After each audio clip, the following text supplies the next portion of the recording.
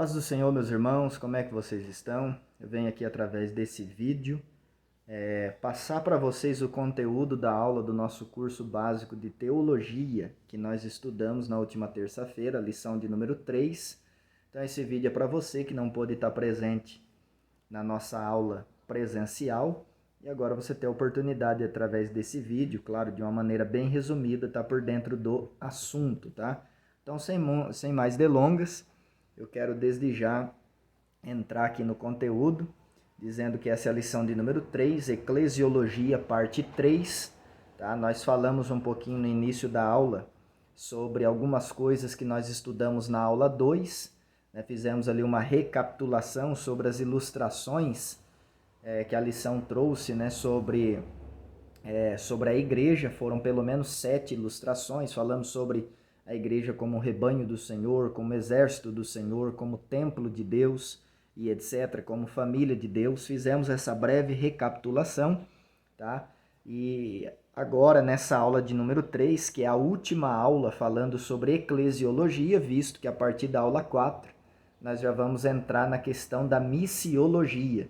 Tá? Então, para você que está vendo esse vídeo, a partir da próxima aula, nós já vamos tratar de missiologia e não mais de eclesiologia, tá? Então, na aula de número 3, nós vimos um pouquinho, né, aí na introdução da aula, sobre o que essa aula iria tratar. Nós falamos, né, nessa aula sobre as ordenanças da igreja, que são aí pelo menos 2 ordenanças para a igreja, que é o batismo nas águas e a Santa Ceia do Senhor. Então, tudo isso faz parte do conteúdo da nossa lição de número 3.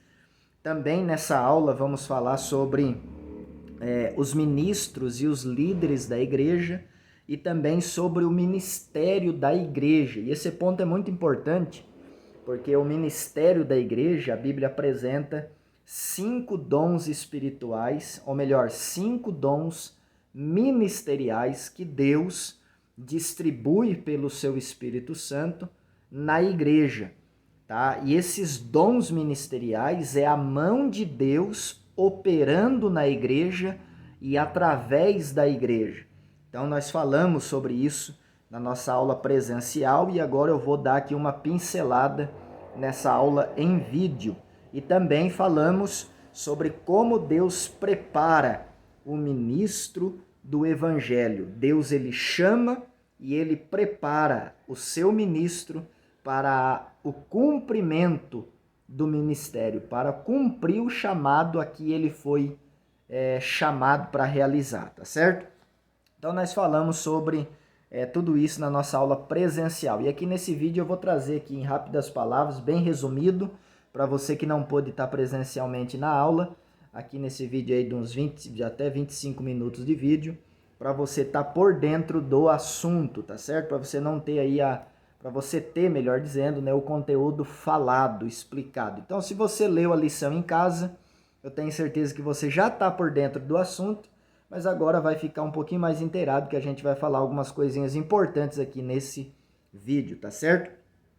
Então, diante disso, eu pergunto para você que está assistindo essa videoaula, quais são as ordenanças da igreja? A gente sabe que a igreja ela não é um povo que vive de qualquer maneira, um povo sem lei, um povo sem regra, um povo sem nada para fazer. A igreja é um povo que tem regras, a igreja é um povo que prioriza, né, os mandamentos do Senhor, os mandamentos de Jesus. Então a igreja ela tem ordens que foi dado para ela obedecer. E quais são essas ordenanças que foram passadas para a igreja, tá? Primeiro a gente precisa entender que são 2 ordenanças, que é o batismo e a Santa Ceia do Senhor. Foi o próprio Cristo, tá? Que deixou essas ordenanças para a igreja antes de subir para o Pai. Se você ler Mateus capítulo 28, você vai ver lá falando, Marcos capítulo 16, tá? Então o que é uma ordenança? Uma ordenança é uma ordem, tá? É uma ordem que é dada para alguém cumprir, tá? Então, o que é uma ordenança? É algo que é falado e precisa ser cumprido. Quem ordenou? Quem ordenou essas 2 ordenanças para a igreja foi o próprio Jesus, né? Aquele que disse lá em Mateus capítulo 16, versículo 18, Sobre esta pedra edificarei a minha igreja, e as portas do inferno não prevalecerão contra ela. E por que ele ordenou? Ele ordenou, tá? Essas duas ordenanças, batismo e santa ceia, justamente para mostrar, né, para fazer separação daqueles que são dele e aqueles que não são. Tá? Por que ele ordenou então? Ele ordenou para ser obedecido. Todo aquele que creu em Jesus e confessou a ele como seu Salvador precisa cumprir a ordenança do batismo e da santa ceia. Então essas ordenanças têm um propósito. Não foram dadas à toa, tem um motivo. Por isso que Jesus disse: quem crer e for batizado será salvo. Quem não crer será condenado. Então a primeira ordenança que Jesus passou para a igreja foi exatamente o batismo. Agora, diante disso, eu pergunto: qual o modelo bíblico do batismo? A gente sabe que por aí afora tem igrejas que sempre ficam se reinventando, né, em algumas coisas. Mas o batismo e a santa ceia, ele tem um modelo bíblico que precisa ser seguido. Não importa em que sociedade a igreja está inserida, não importa em que cultura a igreja está inserida, em que nação a igreja está inserida, aonde tiver igreja, precisa preservar o modelo bíblico do batismo e da santa ceia, tá? E por que se batizar? É uma pergunta. Por que se batizar? Porque eu criei em Jesus.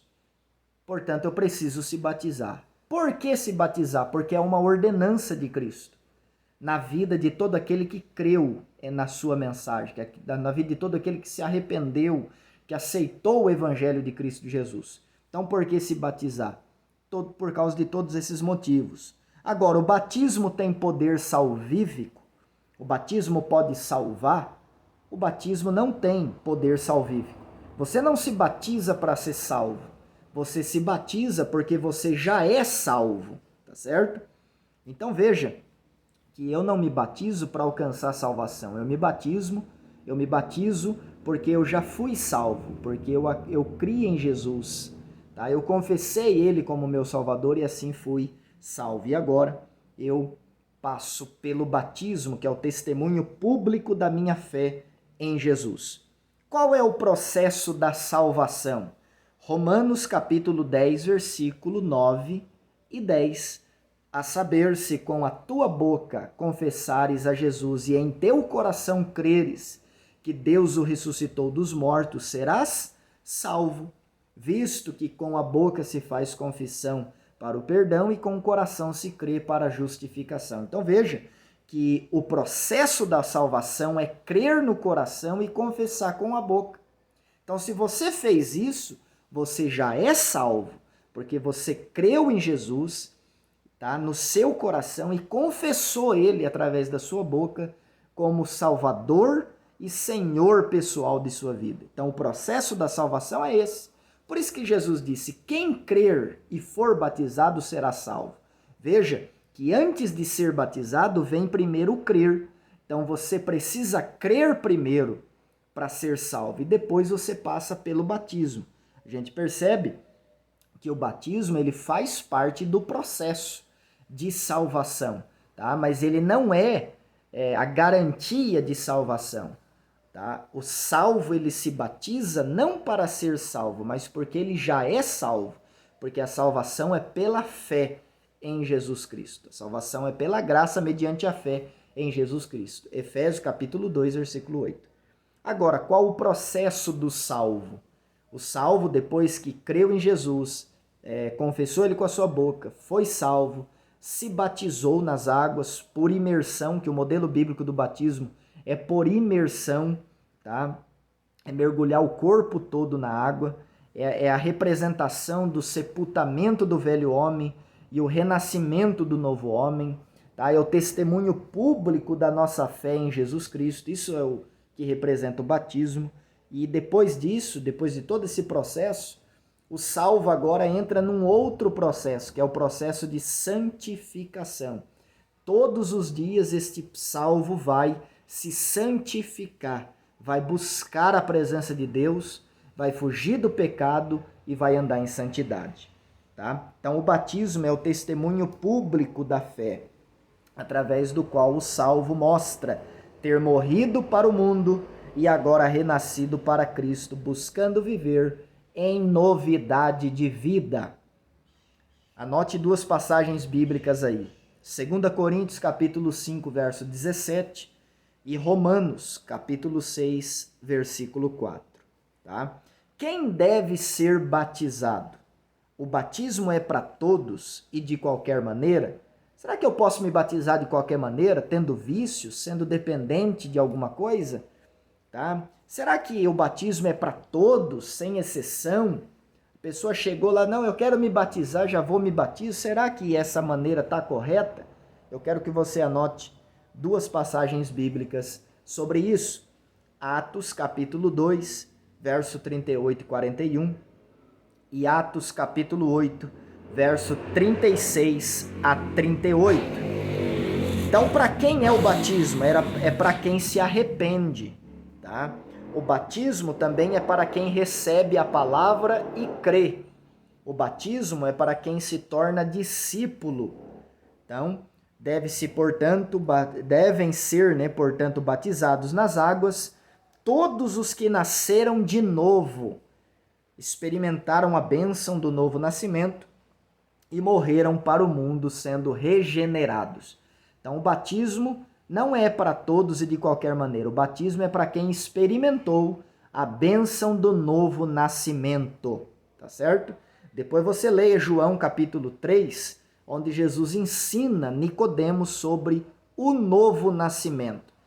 Quem passou pelo novo nascimento está apto para ser batizado, tá? Porque já creu na mensagem, já se arrependeu, já confessou Jesus como seu Salvador, já foi regenerado por Deus através do seu Santo Espírito, já foi perdoado, já foi justificado e agora ele pode se batizar. E depois daí ele vai entrar num processo de santificação, tá? De santificação. Então veja que o batismo ele é para quem experimentou a bênção do novo nascimento, tá certo? Agora, será que a gente deve batizar crianças? A gente sabe que tem algumas igrejas que batizam recém-nascidos, batizam crianças, mas a gente entende, biblicamente falando, que é errado batizar crianças, tá? O batismo bíblico é por imersão e após uma consciência plena do indivíduo sobre o pecado, sobre a conversão, sobre o perdão, sobre o amor, sobre a mensagem do evangelho. Por exemplo, Jesus Cristo, ele se batizou aos 30 anos de idade. Então veja bem como que é sério essa questão. Então não se deve batizar crianças, tá certo? Não se deve. É preciso esperar aí a criança chegar na maturidade intelectual para poder entender o que é o batismo e assim passar pelo processo do batismo. A segunda ordenança que foi passada para a igreja é a Santa Ceia do Senhor. Tá? Santa Ceia do Senhor. Anote aí essa passagem bíblica, 1 Coríntios capítulo 11, verso 26. Todas as vezes que comerdes este pão e beberdes este cálice, anunciais a morte do Senhor até que ele venha. Diante disso eu pergunto para você, de quanto em quanto tempo devemos participar da Santa Ceia do Senhor? Será que a Bíblia estabelece um tempo, né, para se participar? Na verdade, a Bíblia não estabelece tempo para participar da Santa Ceia. Uma vez a cada 30 dias, uma vez por ano, não. A Bíblia só orienta o seguinte: todas as vezes que participar, façam em memória do Senhor, celebrando assim até que ele venha. Então a Bíblia não estabelece de quanto em quanto tempo devemos participar, mas estabelece o seguinte: todas as vezes que participar, vocês estão anunciando a morte do Senhor até que venha. Então vocês devem fazer isso em sua memória, né? Em memória de Jesus.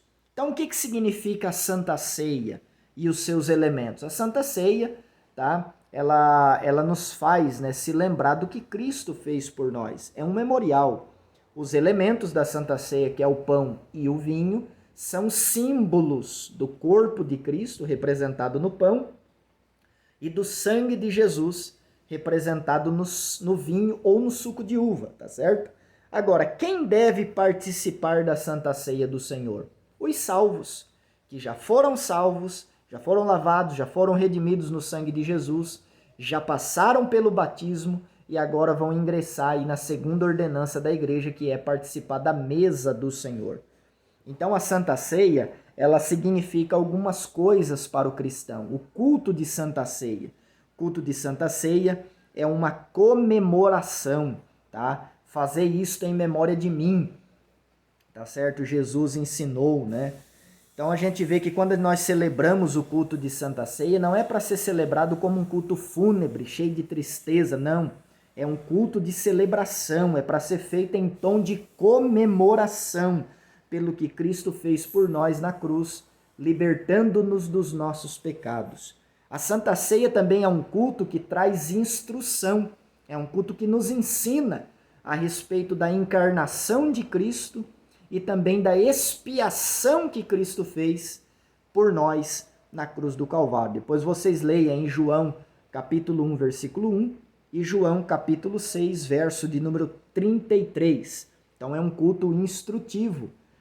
O culto de Santa Ceia também é um culto que traz inspiração, porque é um culto que faz a gente se lembrar que através da fé em Jesus Cristo, a nossa comunhão com Deus é restabelecida. Fomos novamente reconciliados com Deus através de Jesus Cristo. É por isso que a Bíblia diz que Deus estava em Cristo, reconciliando consigo o mundo. Então, o culto de Santa Ceia é um culto de inspiração, é um culto inspirado que faz a gente se lembrar disso, tá? E agora a gente pode ter parte com ele, porque a gente come do seu corpo e bebe do seu sangue, simbolizados no pão e no suco de uva. E o próprio Cristo ensinou isso. Aquele que não come da minha carne e não bebe do meu sangue, esse não tem parte comigo. Então veja como que é importante a Santa Ceia do Senhor. Também o culto de Santa Ceia é um culto que transmite segurança, porque o próprio Cristo disse que o seu sangue era o sangue da nova aliança. Então é como Jesus estivesse fazendo um pacto de sangue com todos aqueles que creram no seu nome, tá? E através desse pacto ele nos transmite a segurança de que todos aqueles que participarem da mesa do Senhor serão salvos, serão arrebatados, estarão com ele, tá? No céu. É a garantia divina de que Deus vai ser misericordioso e benévolo com todos aqueles que se aproximarem pela fé do Senhor Jesus. É um culto que nos traz segurança, mas também é um culto que nos traz responsabilidade, porque nos faz lembrar que nós temos responsabilidade diante da mesa do Senhor. E diante disso eu faço uma pergunta: quem é digno de se achegar à mesa do Senhor e tomar do seu corpo e do seu sangue? Se somente os dignos são aptos de chegar diante da mesa do Senhor, todos nós seremos excluídos. Então, atitudes indignas nos tornam indignos de participar. Sendo assim, é possível uma pessoa indigna participar dignamente da mesa do Senhor. Somente aqueles que sentem sinceramente e declaram a sua indignidade são aptos para participar da mesa do Senhor. É por isso que a Bíblia fala assim: examine-se, pois, o homem a si mesmo, e assim coma deste pão e beba deste cálice. E também o culto de Santa Ceia é um culto de ação de graças, é um culto de agradecimento, é um culto que mostra e demonstra comunhão com Deus e com os irmãos, é um culto memorial, porque o próprio Cristo ensinou a fazer isto todas as vezes que comerdes esse pão e beberdes esse cálice em minha memória. Então é um culto memorial que tem profundidade e significado, pois nos faz olhar para o passado, nos faz enxergar o presente e nos faz ter esperança no futuro. E é um culto também que transmite uma presença mística, tá? De Cristo com a igreja, mostrando ali uma comunhão verdadeira com Cristo e com a sua igreja, atraindo assim as bênçãos espirituais, né? A comunhão do noivo com a noiva. Anote duas passagens bíblicas aí. 1 Coríntios capítulo 10, verso 16 e 1 Coríntios capítulo 11, verso 27 a 29, tá? Então olha para você ver como que é importante essa segunda ordenança de Cristo para a igreja sobre a Santa Ceia.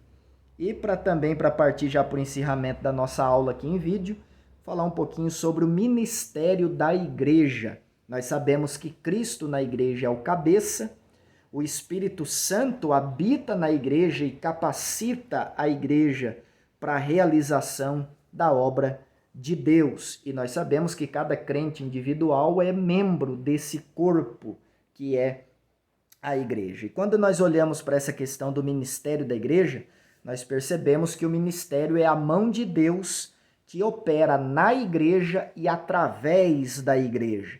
E a Bíblia apresenta, 5 dons ministeriais que Deus distribui na igreja com um propósito, tá? Ele não distribui para todos na igreja, mas ele chama alguns na igreja para a obra do ministério e distribui esses dons ministeriais com este propósito de aperfeiçoar os santos e edificar a igreja. Isso está lá em Efésios capítulo 4, verso 11 a verso 13. Depois você anote esse texto e leia, que é importante. Então, quais são os 5 dons ministeriais? Primeiro, apóstolos, que são os plantadores de igrejas, que hoje seria missionários. A palavra apóstolo significa missionário. O segundo dom ministerial é o de profetas.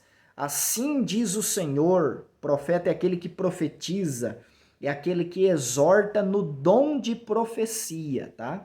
Então isso também é um dom ministerial, de profetas. O terceiro dom é evangelistas, que são aqueles que evangelizam, que ganham almas, como por exemplo Filipe, era um grande evangelista. Depois você lê Atos capítulo 8, você vai lá ver no texto lá falando sobre Filipe, o evangelista. Também o quarto dom ministerial, que são os pastores, que são aqueles responsáveis por cuidar de rebanhos locais, em cidades, em nações, tá certo? Por exemplo, Tito e Timóteo eram pastores locais, tá? E também tem o quinto dom ministerial, que é o de mestre, que são ali os preferidos, os escolhidos para remover pequenas dificuldades. O mestre é aquele que discipula, é o discipulador, é o ensinador, é aquele que vai polir o crente através do ensino da palavra, tá? O ministério de mestre. E esse ministério é muito importante, porque a Bíblia diz lá em Romanos capítulo 12 o seguinte: se é ensinar, haja dedicação, ok? E o ministro do evangelho, como que Deus prepara os seus ministros? Primeiro, ele chama. Segundo, ele vocaciona, capacitando o ministro com os dons espirituais e ministeriais. E em terceiro, ele coloca o ministro para um treinamento para exercer a obra do ministério, tá? Então, se você tem o livro aí na sua casa, depois você lê, que a nossa lição vai trazer um exemplo muito interessante sobre a águia e os seus filhotes, sobre essa questão de treinamento, tá? Então, para que servem as provações na vida daquele que foi chamado para o ministério? Porque todo aquele que foi chamado para o ministério, ele passa por provações. E para que ser provado? Para treiná-lo. Então, Deus prova aquele que ele chama para o ministério para treiná-lo. Anote 2 passagens bíblicas. 1 Pedro, capítulo 4, verso 12 a 13, e Romanos capítulo 5, verso 3 e 4. Então tem alguns exemplos de homens na Bíblia que Deus chamou para obras específicas, mas antes de exercerem, Deus treinou eles por algum tempo. Por exemplo, Moisés, José, Josué, Davi, Daniel, João Batista, Jesus, Pedro, Paulo. Depois dá uma lida na história desses homens, você vai enxergar que antes deles exercerem aquilo que Deus chamou, eles passaram por um processo de treinamento. E até na hora que estavam exercendo, durante o período que estavam exercendo o ministério, eles continuaram sendo treinados, até mesmo no exercício do ministério. Então nós vamos ver que Deus prepara aqueles que ele chama na fornalha da aflição. Para ser vaso de honra, seja de prata ou de ouro, antes de brilhar no lugar de destaque, precisa passar pela forja. Então, se você que está assistindo esse vídeo aula, se você foi chamado por Deus, se Deus te confiou um dom ministerial na sua mão para exercer na obra dele, você vai passar por provações, por aflições, por treinamento de Deus para exercer o teu ministério com excelência. E eu encerro essa aula dizendo que Paulo ensinou para Timóteo: cumpre o teu ministério. Que Deus abençoe sua vida e até a próxima aula, em nome de Jesus.